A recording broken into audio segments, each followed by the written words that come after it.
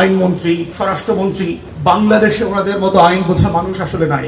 আমি আর শিশির বাংলাদেশ সরকারকে চ্যালেঞ্জ করে গেলাম on constitution. Please come to talk about the constitution and history.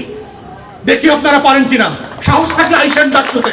নাম না জানা 1400 শহীদকে দেখে, 26,000 আহত মানুষকে দেখে, 600 অন্ধকে দেখে, কিন্তু সে বিএনপিকে খুঁজে পায় না।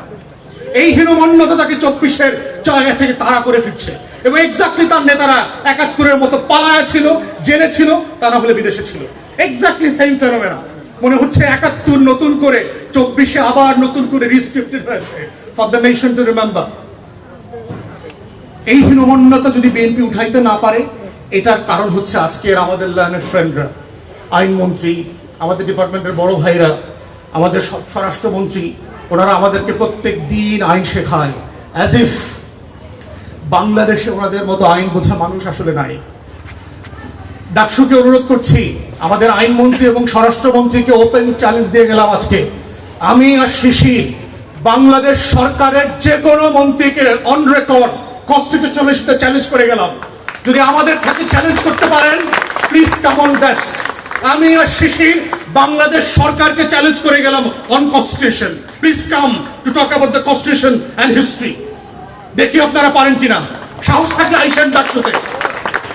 আপনাদের কার কতটুকু কনস্টিটিউশনাল নলেজ আছে, কনস্টিটিউশনাল ডেপথ আছে, উইড লাইক টু সি ইট। বাংলাদেশে বোগাস আর্গুমেন্ট দিচ্ছেন পার্লামেন্টে, বোগাস মিসলিড করছেন, মিথ্যাচার করছেন। গুমের ব্যাপারে দেখলাম আইনমন্ত্রী প্রপারলি মিসলিড করেছে। And if that's a breach of oath, he should be dismissed. As a cabinet minister হিসেবে সে নেশনকে মিসলিড করতে পারেন না। তো সেই জায়গাতে আমরা বারবার বলছি, এই জাতিকে আমরা ওয়ার্ন করছি, আমাদের তরুণদেরকে আমরা বলছি যে এটা এক অনিবার্য বিপ্লবের বাস্তবতা তৈরি করছে।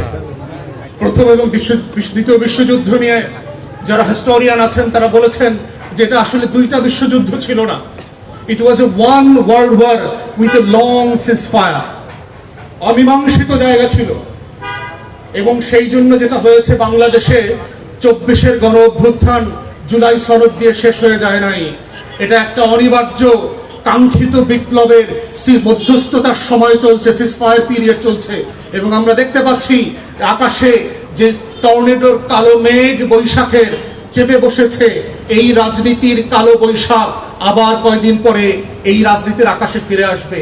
আমাদের তরুণরা আবার মুক্তির লড়াই নিয়ে আবু সাইদ, মুগ্ধ, ওয়াসিম, শরীফ ওসমান হাদির মতো আবাবিল হয়ে আবার বাংলার আকাশে ফিরে আসবে, শুধুমাত্র এইটা বলবার জন্য বুকের ভেতর অনেক ঝড়, বুক পেতেছি গুলিকর, লাখো শহীদের রক্তে কেনা দেশটা কারো বাপের না।